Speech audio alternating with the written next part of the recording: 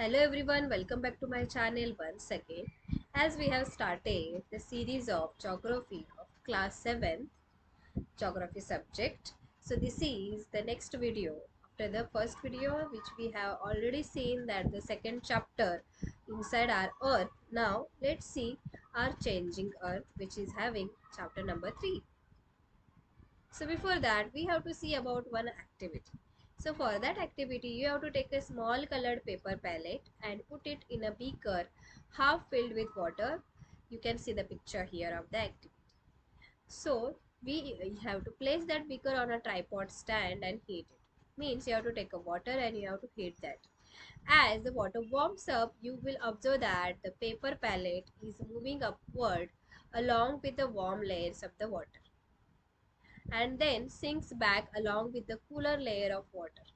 So just imagine that molten magma inside the earth moves in a similar manner. When the heats up, the magma will come upward, and when the heat comes down, then the magma will go down. So same way happens in the earth's surface. So the lithosphere is broken into a number of plates known as the lithospheric plates. Litho means land. So the land, that is the lithosphere, is broken into a number of plates known as the lithospheric plates. You will be surprised to know that these plates move around very slowly, just a few millimeters each year. This is because of the movement of the molten magma inside the earth. The molten magma inside the earth moves in a circular manner as shown in the activity. So as we have already seen about the activity, the movement of these plates causes changes on the surface of the earth. The earth movements are divided on the basis of the forces which cause them. There are forces which acts on these movements. So the forces which act in the interior of the earth are called as endogenic forces. Endo means inside, interior part. So the forces which act in the interior of the earth are called endogenic forces, and the opposite to that, exogenic forces which work on the surface of the earth.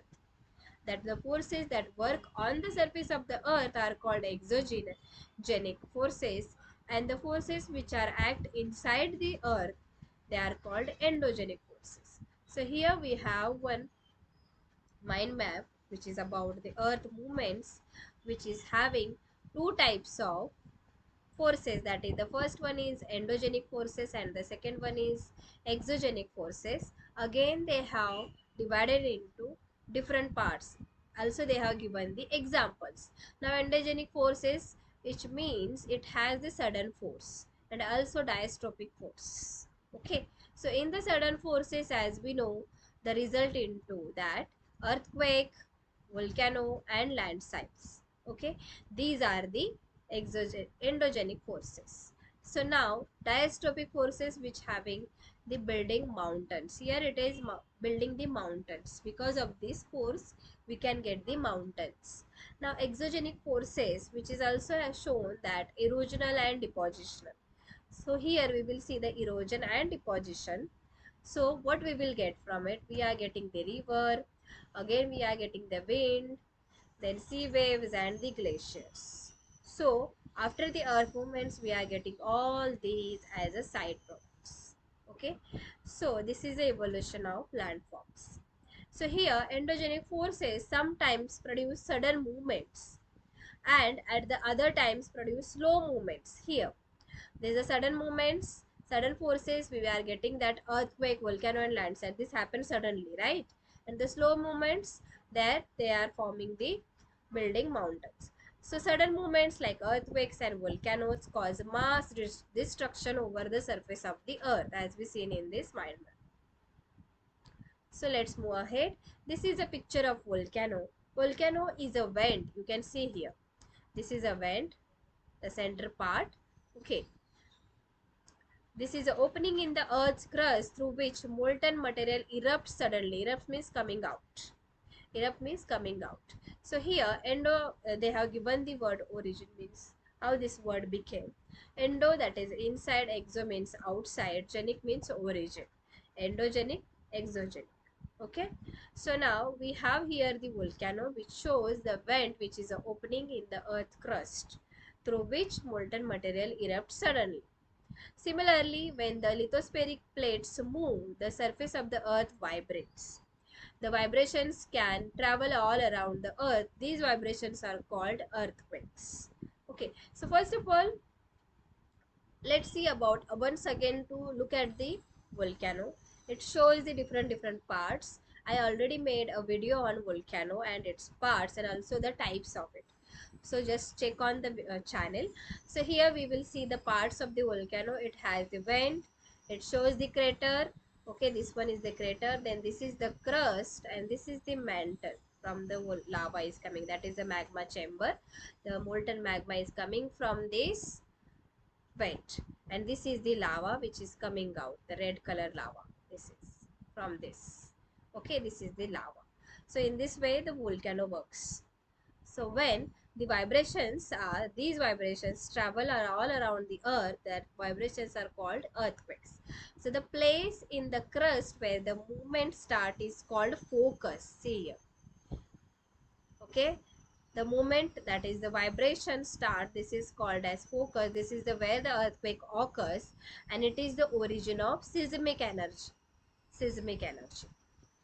Okay, so now the place on the surface above the focus, the place on the surface above the surface is called the epicenter. This one is the epicenter and this one is the focus. Okay, the vibration travel around outwards from the epicenter as waves. These are the waves they have shown here. These are the waves. Greatest damage is usually closest to the epicenter because it starts from this, no? So the damage, more damage will be occurs here only, the near part of the epicenter. And the strength of the earthquake decreases away from the center. Away from the center, the strength of the destruction will be decreases. So the seismic waves radiate out in all directions, inward and outward directions. So this is where the earthquake occurs. So although earthquakes cannot be predicted, yes, it is not predicted. We cannot predict that earthquake will come this time or that time. So the impact can certainly be minimized if we prepared beforehand. Just we will be prepared before that. As we know, there are some earthquake hot points. Okay, so let's see about them. Some common earthquake prediction methods adapted locally by people, including studying animals' behavior. Yes, fish in the ponds get agitated. Agitated means they comes at one place. Agitation, coming at one place, getting together. Snakes come to the surface. When you see the snakes are coming on the surface, that is the indication about the earthquake. So here you can see the picture, which is a little bit blur. The destruction caused by an earthquake in Gujarat. Also they have put one newspaper cutout about the earthquake. Okay, earthquake hits Bhuj. This is the newspaper. So they have given the news about the earthquake. Also they have given, means they have given the so many news. How many news? 7 news are there. Earthquake hits Bhuj, school bus affected. This is the side effects afterwards the earthquake. So first of all, let's see about the earthquake in detail. Earthquake is measured with a machine called seismograph. You have to remember this one. Earthquake is measured by the seismograph. The magnitude of the earthquake is measured on the Richter scale. This is a scale for the earthquake. We can check on that. An earthquake of 2.0 or 2.0 or less than can be felt only a little. 2.0 will be little. An earthquake over 5.0 can cause damage from things falling, just things will fall. A earthquake 6.0 or higher magnitude is considered very strong, and the 7 is a major. Okay, this is a dangerous, very dangerous. So we will see that 2.0 is a normal, 5.0 is also only the normal, that things will fall down, but 6.0 and 7.0 will be a higher magnitude, which shows major destructions. So now, what is this fire? Means how we can prepare for the earthquake. So first of all, where you have to take the shelter. Safe spot under a kitchen counter or table or desk against an inside corner or wall. Don't stand in between, in the center, in the room, okay, or in the hall. You have to take a shelter under something. For example, kitchen counter, table, desk. Okay. Now stay away from it. If you see something is falling like a building, so you have to stay away from it. Fireplaces, areas around chimneys where you can see the fire coming around, and windows that shatter, including mirrors and picture frames, you have to stay away from that. Then be prepared. Spread awareness among your friends and family members and face any disasters confidently. If you get means meant if you are mentally prepared, you can be like, you can be safe, and you also make safe your friends or family. So this is all about the earthquake and even about the volcano. So in our next video we will see about the major landforms. I already made the video on the major landform, but from this lesson we will see the little bit more remaining landforms.